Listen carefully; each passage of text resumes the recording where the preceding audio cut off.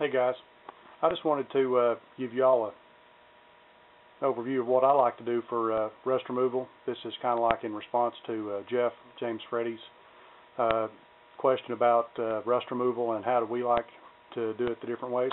Well, what I like, of course, is first off, media blasting.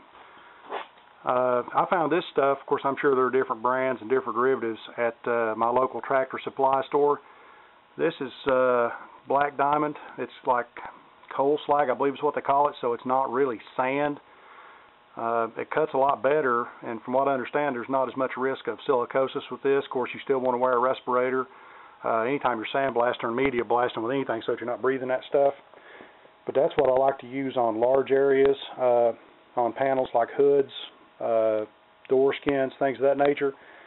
But the smaller areas, the ones that are often the most difficult to get to, particularly like on the bottom of this car, and what I used on probably 75% of it after the media blasting took off what I could, is simply a selection of really coarse wire wheels. And if you notice, these have, I'm not sure if it's going to pick it up or not, a hex shank on them. And I found this extension, I believe if I'm correct, at Lowe's. It's got like a little lock deal on the end of it that hex will go. Sorry about that, guys. Hit the off button. What I was saying was this extension basically enables you to get into real tight areas and ones that are hard to get to. And with the different size brushes, you can snap into the end of it. There's even one that is actually a cut brush which sticks out the end, which really makes it good for getting down into little bitty corners. Of course, I can't find mine now. I think I used the last one and actually threw the old one away. But if you take a leather palm glove, like an old welding glove or something like this, and basically hold it around the shaft on that thing, and then use your power drill at a low speed and don't keep it real tight on there so it's kind of like a bearing, you'd be amazed at how quickly that stuff comes off. And one reason I like these brushes so well is the fact that once you've run them for a while and they seem like they're not really cutting too well anymore, you can reverse your drill and go in the opposite direction. It's like you've got a brand new brush again. It's almost like you're getting two for the price of one. I can't really tell you, of course I need to do a video I guess showing you how well those things actually cut that stuff off. You better have a good face shield on, again, like Rick found out with that ordeal he had, because it really throws the debris and stuff off, as well as little pieces of wire and stuff. So I recommend a shirt or something on over it so that when you're done for the evening you can take that shirt off and not worry about those wires being sticking out of your clothes when you go to the house. Over here is the sandblaster that I use. It's an old one that I picked up from a friend of mine. Of course I had to go through and clean all the rust and everything out of it and refit it with new hose. But it works really well. I have to blast for a little while and then I end up having to wait for my air compressor to catch up. It's only a 60-gallon, I think it's a 5-horse, but it's only a single-stage air compressor. So in the future, if I upgrade anything, it'll probably be to get a new air compressor so that I've got a little bit bigger one.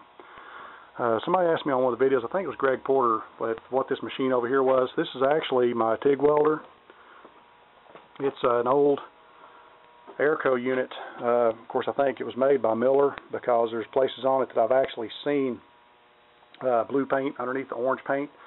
This was actually owned at one time by our local utility, and then whenever they upgraded, they sold it off at auction, and I bought it from a gentleman off eBay. This is probably... Hey guys, I'm back. Sorry about that. Evidently my video card on this camera was full. That's why it kept cutting off on me, so I basically freed up some space, and now we're back. But what I was saying about this welder was that I had gotten it off of a guy on eBay, and it had belonged to the local utility company back, 20 plus years ago. This thing is still the old style with all the old copper coils and stuff in it. I think it weighs somewhere in the neighborhood of about 600 pounds. It was all we could do to get it on and off my trailer when I went and picked this thing up. I've not used it a whole lot, but I've used it some, enough to kind of get a hang of it. I had a friend of mine that runs one quite often come over and set it up for me, kind of show me how. But I've really got to get some more practice in on this thing. That's pretty much about it for this evening, I think. Had a couple other things come up just a little while ago. The wind picked up here real good about dark. My mother-in-law called me and said, guess what, my screen door's laying out in the front yard. So unfortunately that's the next project. I took it off. It's actually upside down so the glass wouldn't fall out, but it sheared the entire bottom piece off of this thing. Of course, nowadays it's all aluminum and plastic, and it broke the plastic corners out of it, so I'm going to have to fabricate something to go back in it. This is a good indication of what I've been going through for the last couple of weeks. Every time I think I'm actually going to get something done on the car, something else comes up that I have to do, and you know how that goes. It's always something.